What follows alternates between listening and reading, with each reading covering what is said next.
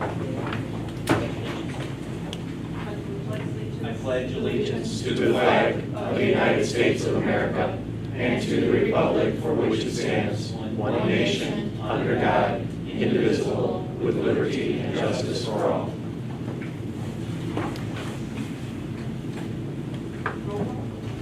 Austriaco. Here. Bessler. Here. Collins. Here. Coyle. Here. Lee. Here. Owen. Sullivan. I'd like to make a motion for Paul Myers Bessler to serve as President Pro Tem of the Board this evening.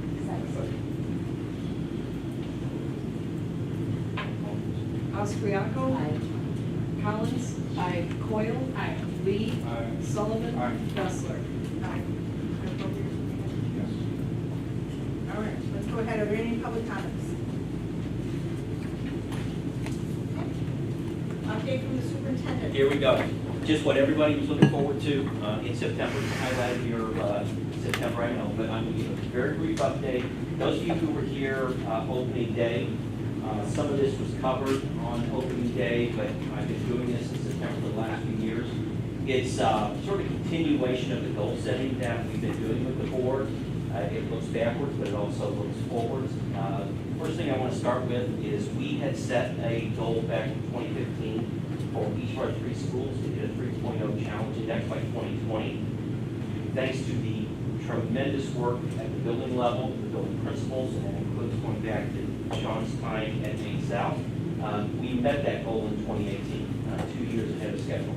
So that's indicative of, and it isn't just hitting the goal, it's the goal within a goal. The other piece of this is that we have more students who are minority students, more low-income students reflected in these numbers than at any time in our history, and it isn't even close. So as we hear folks talk about the state of our schools, here's what I can tell you. At no time in the history of District 207 have we had more students doing high-level work than we have right now. And this is just the AP program. This doesn't look at our accelerated program, and it doesn't look at our dual credit program. If you include those two programs, since 2008, we've gone from having about 30% of our students enrolled in those three programs to today where we have about 60%. So in about 10 years, we've doubled the percentage of our students. We've gone from a minority of our students to a majority of our students who are taking our most rigorous courses. And you can see the slope, particularly the recent slope of about 2015. Most of our performance data looks just like that, kind of like a hockey stick.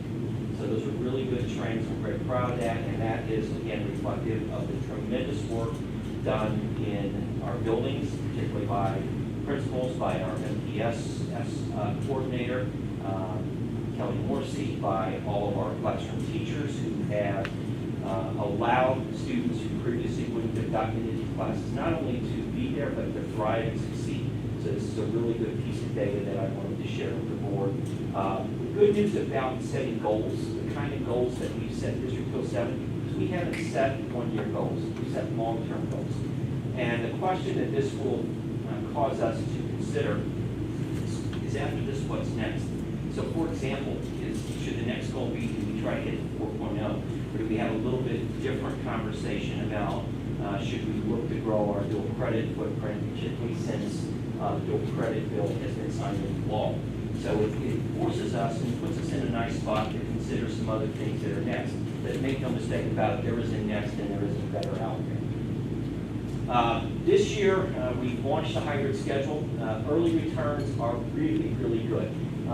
Already in week 2, I was able to go into each one of our buildings. I saw academic career advisement going on in our auditoriums, full of kids, 80, 90, 100 kids at a time. Not a single one of those kids was pulled out of class.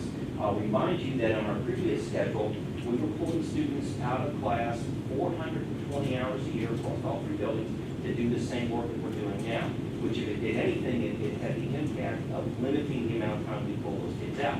What we'll be able to do now is do the kind of work that we've done before in greater depth, greater quality, and probably even do more work down to the individual level with each of our students. And that's really where we're going. The hybrid schedule has really accentuated that. Principals, I don't know if you've had any observations, but what I'm hearing from teachers is it's also opened up some really good instructional opportunities. one comment, I think, talking to students today and during their advisories, seniors through sophomores, it's been really interesting hearing them talk about how less stressed they are during the day, because as the course of their week transpires, they have more time to finish some things or meet with their counselor, and I think that's been a really great after effect. I think it's taking the pressure down, so it's similar, different, but similar to what a final exam day used to be, in terms of, so it's a combination of the office hours. I'm noticing, teachers, we've asked to have doors open about 15 minutes before the period starts.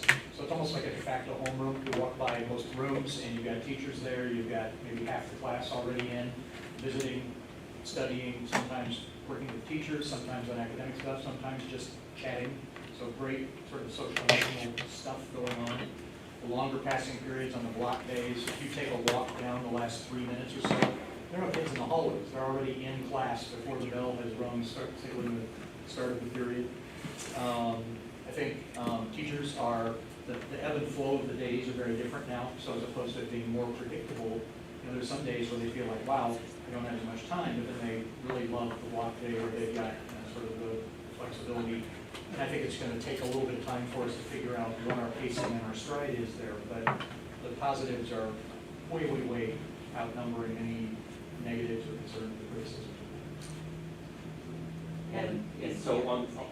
I would say I would echo the same kinds of things that West, particularly with some of the student goals. I think Kenny came into Yeah. one of the Claudia's doing. That's been wonderful to have that opportunity. And it's just them walking around and talking with kids in the cafeteria and that sort of thing. They seem to, they've kind of found their way and they like the schedule. And I feel the same way with staff for the most part, even after the first week of it.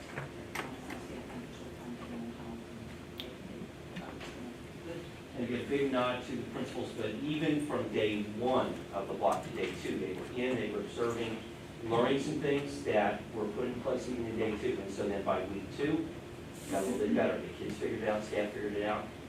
Now going into week 4, I think we're at a spot where we'll continue to learn. What's really cool is that we've learned some things that have caused us to already start talking about what are the opportunities that we can get moving forward. So, the lunch was the biggest place where we knew it would be a little smushy, and those are the places where I think we'll learn the most.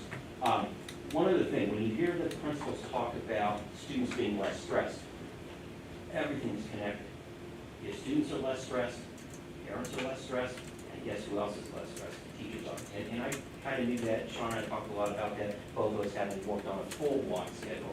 And in fact, one of the pieces of feedback that we're getting from students is they're asking, well, why don't we go to full block instead of the hybrid schedule, which is an interesting piece of feedback. But in any event, it's gone well. We are not in a place of perfect. We will not get to a place of perfect, but we can already see, especially with the deep level of work that we want to do with students, we can already see some benefit. We're one of the first 15 schools in Illinois that's in the competency pilot, and thanks to the leadership of Sean and his team and the principals and everybody on the instructional team. And that is a new journey for us, but it's in the framework of everything we're trying to do. The language really that I've been using a lot more is really a medical metaphor. No one would, if given the choice to say, give me some industrial medicine, no one would go, well, give me some of that. Where we all go to the one place, and regardless of what our ailment is, we get the same prescription. Well, education was a lot like that, very industrial. And the pivot that's happening is much more of a personalized framework, where we're treating each student holistically, their strengths and weaknesses and needs, and all the things that come into that, and really trying to attend to them as an individual. The competency pilot is really going to help us do that. Again, thanks to the work of Sean and his team, where we started the work the last few years doing blended classrooms. You're seeing a lot of teachers really start to rethink this whole concept of time and realizing that if I've got a room of 30 kids, with 25 of them don't need a lot of assistance today, they do some things independently, I can focus my time on the 5 students who really do need more intensive work. So it allows us to start playing around with time a little bit more. So I do see that in the beginning, before we start our hybrid schedule, the community were concerned about such, but it's great to see that we are seeing a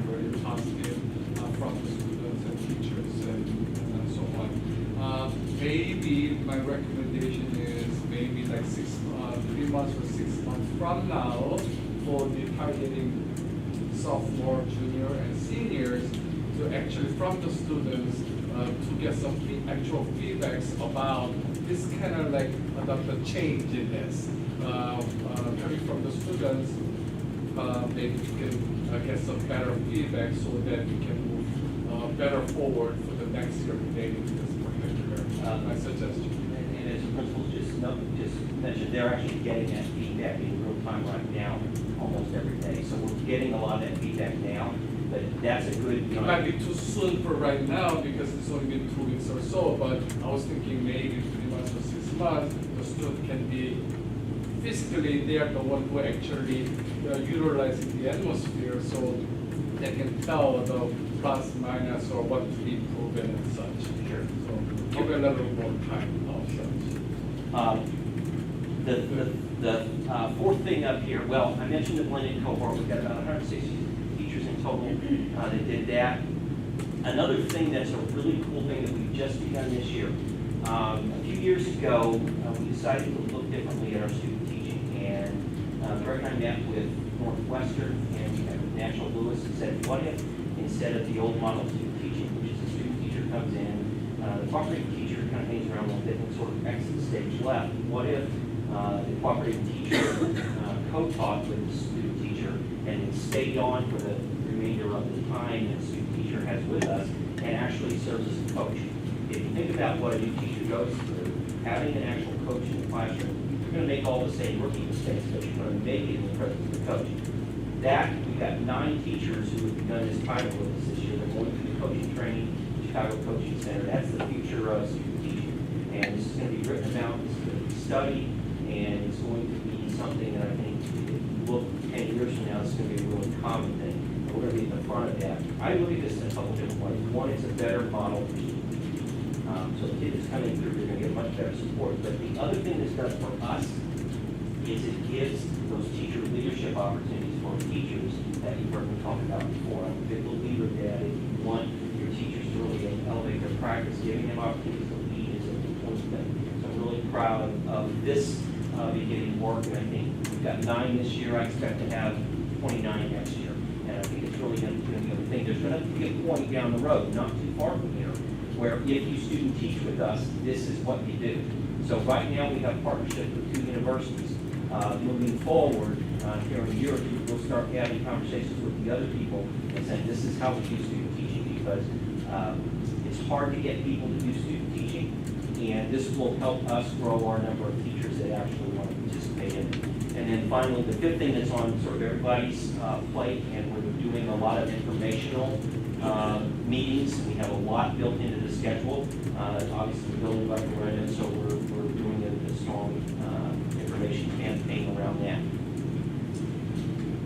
The Career Pathways Program is another one of those goals that's a long-term goal. We didn't start this and say we'll get finished. And in fact, as I look at this now, if I'm doing anything to it, I'm realizing we're probably going to have to adjust these numbers. We set an initial goal to get to 1,761 experiences. The problem with that is that models for doing one experience for like one of your classes. So let's take your junior class or your senior class. And the way this is really working is we're going to need more than that, because you're going to have sometimes sophomores, juniors, and seniors doing it. So I think the number may really triple that. And not only that, take an individual experience. So your child, Terry, does an internship in something that they had an interest in, and at the conclusion of that internship, they say, I really don't like this at all. It's not for me. Well, the question we have to ask is, what do we do then? That needs to be iterative. So it may be that the goal would be to take that student who had an internship or experience that wasn't successful and says, you know, what's the second thing you're interested in? Can we get you a placement there? So I think the number is going to have to be a lot bigger. However, maybe. But it gives you the size, a magnitude of what we're trying to do. Now, the good news is we're way ahead of projections in terms of where we want it to be. You know, we were going to try to get 1,000 experiences. We actually got close to 1,300 last year. We hope to be at 402 partners last year. We actually were at 511. So the team that leads this, Dr. Cook and her team, they're doing fabulous work, really the best work. And this is really frontline work. So I'm very proud of this. It gives you a sense that, if you take on a goal that's easy, you probably picked the wrong goal. This is a goal that we will learn and adjust and keep growing as years go by. But this is about that element of personalized service that I talked to you about earlier. This is one of the ways that you serve your students at a high level. This is our concept map for our career pathway program. This is a first of its kind in America. No one has done this work. And what it is the particular combination of these tools. If you've got questions, I can take those later. Is the particular combination of these tools, Youth Science Pathway Manager and Jobs EQ. Different schools have used these. Nobody in the K-12 space has used Jobs EQ. But we're using these as a suite of tools that will help do the return on investment counseling that we've been talking about. The Jobs EQ in particular lets you look at a particular career by zip code. What are the distribution? What are the numbers of jobs out there? What are the mean starting salaries? You can even drill down into the schools that have the highest placement rate for that particular career. It's a tremendously powerful tool that we'll be using this year. We won't be running this perfect yet, but we're on a journey to keep learning this and getting this is a redirection of the work that we do in our career and college advising. So incredibly proud of this work. Again, this is not a one-year journey. This is I would fully expect that we will be here 10 years from now talking about what we've learned that on the journey that began 4 or 5 years ago in this work.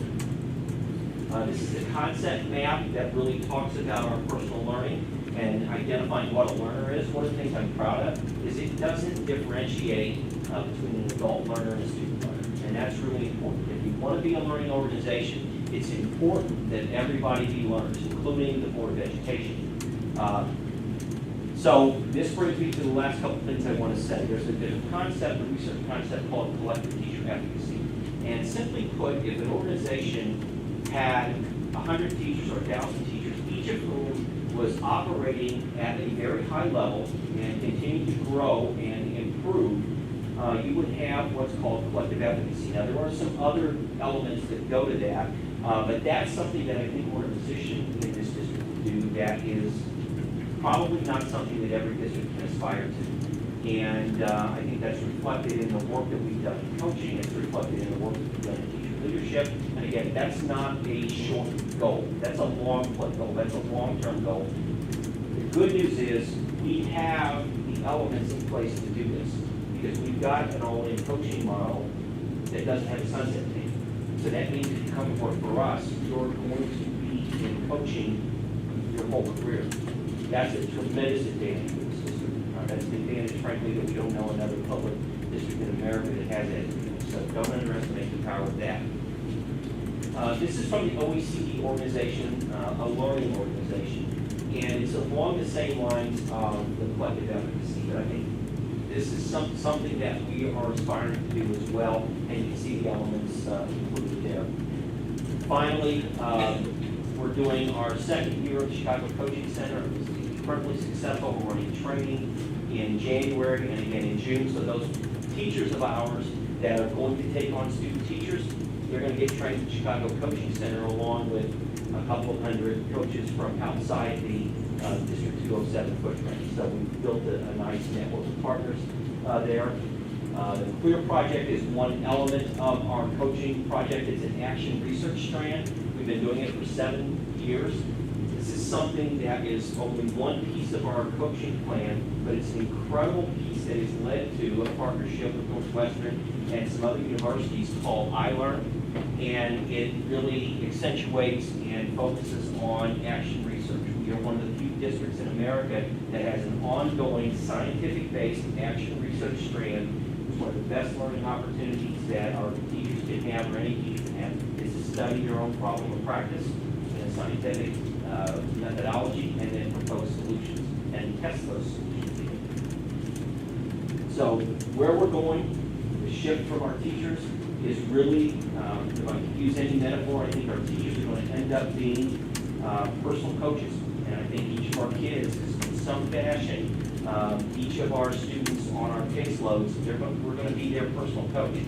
and it can be all types of different coaches, but you're leveraging technology, you're leveraging one-to-one environment, you're leveraging blended learning and a hybrid schedule, and everything else that we're doing with teacher advocacy. That's really the evolution of what our teachers are going to do. That's it. Thank you, Ken. That's actually a terrific update, very worthy of slides, so thank you for presenting those. Just one question, Ken, relating to the business increase that we are seeing from like 200 to 400 to now 511. That's a huge success, getting a partnership from them. So are they from the kind of local businesses in our surrounding? Yeah, have to be, just logistically. I think we go as far away as Evanston, and we have a few in the city, we got a few out west, but most of them are actually small businesses in District 2, in Main Township.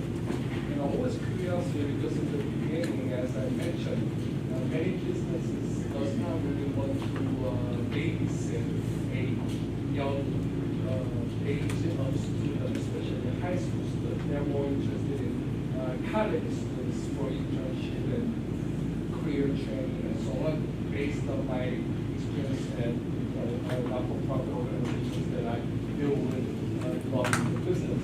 So this is a very positive, kind of shocking and encouraging the atmosphere.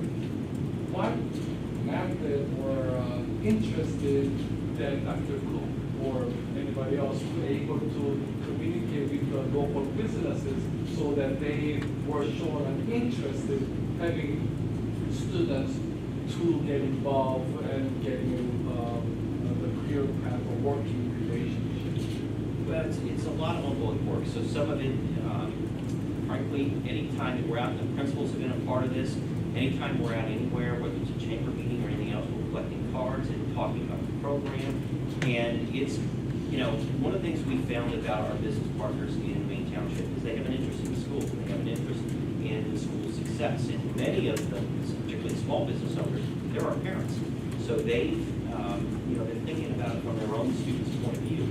The other thing that I think is true, especially in certain sectors like manufacturing, I'll start with that one. What we're hearing from those businesses is we have a shortage of qualified workers. It's in their best interest to partner with us now so that they can develop the skills and the attributes for students that would then go on and work in their businesses. So there's an interest side of it in the businesses because of what they get out of the relationship as well. Last time we had Laura present here. Is it over a year? Probably. So maybe we should have Laura Cook, who Yep. we got at the Yep. National School Board Association, she presented on this before. Yep. So a lot of that content was. I would love to So bring maybe we her have her come back. and her give team. us- And entertain. have it show Yeah. abbreviated and kind of revisit it. I just talked to her about that the other day, so maybe we'll schedule that for October or November. Try to get her in here and give her an update, get an update for that. Thank you. Any updates from any other board members? Actually, yes, I'd like to follow up on this. I've been a participant in the intern program since the beginning, and so we have a nonprofit, and we have been using Maine South interns. But in addition to that, what I wanted to tell the board is that we also, for the past 4 semesters, have had Loyola University College of Nursing senior interns come, and they work with me, and then I have them work with the kids, and whether it could be on messaging, because we all know that messaging is better from a peer group than it is from me giving the message. And we work with that, and then we also have criminal justice and social justice majors from Northeastern Illinois University. And they've come, and I actually have 4 successful candidates get jobs as Chicago police officers. So I would feel really positive about that, and I just wanted to highlight it because it shows the power of networking across all levels of education. And I think that and Laura and I are in constant contact about this, that, when you match up those 2 interns, it is truly a win-win-win-win situation, because not only the universities, the kids, us, it's a really positive situation. And I'm happy to take as many interns as I can handle, because what you asked is what do they do? Well, one thing is, since we have no staff, They can do things like messaging. If you have a marketing person with marketing aspirations, they can work on social marketing. If you have someone with administrative aspirations, they can work on spreadsheets there's all kinds of jobs, and you really need to be a little innovative in terms of what you're gonna give to a 18-year-old or a 15-year-old or a 21-year-old, because they all have different capacities. And the nurses come to us under the auspices of community health. And that's what they do in terms of their community health internship with us. And I think all the businesses do realize that they're helping students, they're not just how you phrase what they say. I think they really realize and they're committed to helping the education of young I mean, professionals like you do. Possibly, definitely, I do support the idea of this, that our district is conducting such, because as we are knowing in the beginning, this will encourage the students not wasting their time and money from the parents when they go to college, finding a rightful major or career path that they're going, but through the experiences, the real life experiences that students may have from the high school, you will definitely get a positive decision making by the students when they go to college and majoring in X, Y, Z. So I think definitely through this hands-on experience will definitely help them. And again, you will not waste their time. Also at the same time, the parents, we do not have to waste the money for our kids to changing their majors or careers maybe a few times within that 4 to 6 years as well. So I think Yeah, so we'll look forward to hearing Laura and her team reporting those updates in October, and that's the point. So any other update from the board members? Okay, how about buildings and grounds? Okay, we had a meeting of the Buildings and Grounds Committee on August 14th, 2018. And members present were myself, Paula Bessler, and Jin Lee. Other people present were Mary Clue, Dave Beery, Dave Allen, and Jim Edwards. Called the meeting to order at 5 p.m. and there were no comments. Dave Allen gave a summer status update of the summer projects at each school. At South, the projects completed were the parking lot, the roofing, the fire alarm, and the pool filter. And the projects near completion at South were the tennis courts and network center HVAC system. Main West projects that were finished were the bus concourse canopy and the deepening of the bathrooms, while some of the roofing and the homestead siding and gutters were still to be completed. East finished their parking lots and the varsity tennis courts, and the projects nearly complete are the center court HVAC, the JV tennis courts and roofing. And the PA system was not installed during the summer because the equipment had not arrived, so the old system will be maintained until winter break, and then it'll be installed. The one thing that Dave did mention, that there was some damage to property at Bainey's where the contractor left the part of the roof open and there was water damage in the elevator shaft, but the contractor will assume all financial responsibility for it and repair the damages. The change orders that we were gonna come didn't arrive in time for the meeting, but we'll review them at the meeting in September. And with that, the meeting was adjourned at 5:28. Thank you. The next meeting plan is September 26th.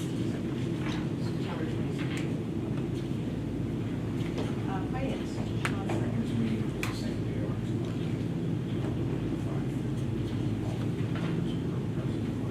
So, 3 topics, discuss the special loan program, proposal to request extension for food service. Pacific American update, that's one request. It might be a little longer because we want to take the time to take a look at what coffee bars would go. And then the third item, discuss the details of the 2019 final budget, which is going to be discussed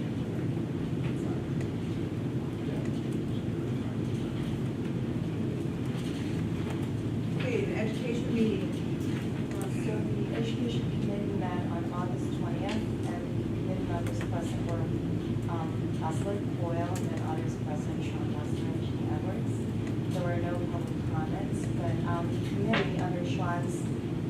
strong reading discussion.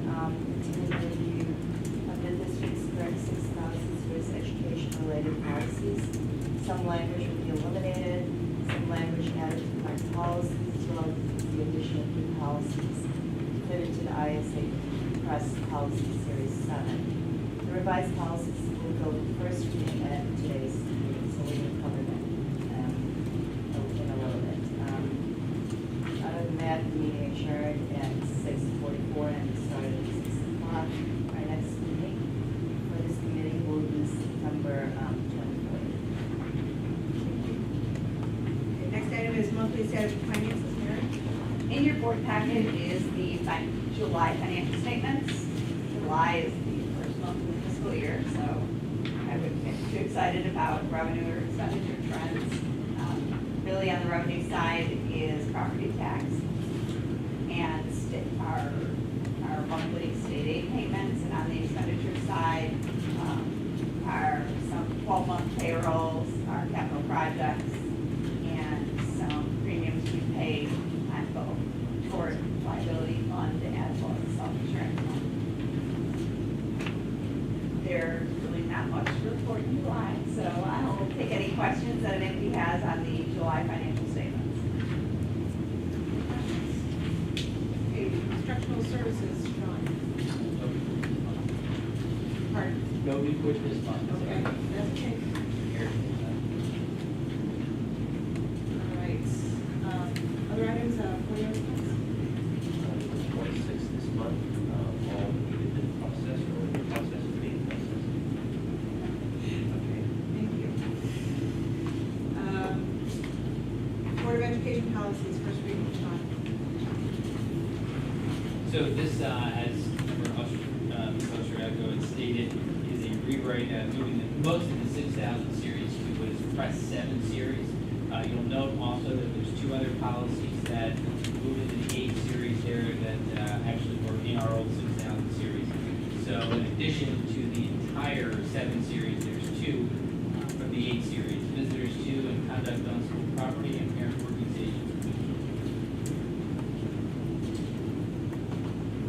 Any questions? So that definition policy including visitors to profit, basically what the level. So that policy governs when a visitor arrives on campus. First of all, they're entering our building, it gives specifics around that. Most interesting to the board probably are the security measures that are taken upon entry, as well as if there's a child sex offender. So it's very specific as to what the steps are that cover that. And then conduct on property gives basically the school district the right to set conduct standards and then remove individuals from our property who are not following those conduct standards. Very thorough. Can I have a motion on consent agenda items 7A through E? Austriaco? Aye. Collins? Aye. Coyle? Aye. Lee? Sullivan? Bessler? Aye. Okay, on to item 8, approval of District 207 budget 2018-2019. Do I ask for a motion first, or Mary, do you discuss it first? Okay, can I have a motion to, that the Board of can somebody move to approve the resolution adopting the budget? Strike that, I'm not in court, sorry. Corey, you get mad. I object. Yes, yes, that's hilarious, that just came back to me. So can anyone make a motion? Board of Education pass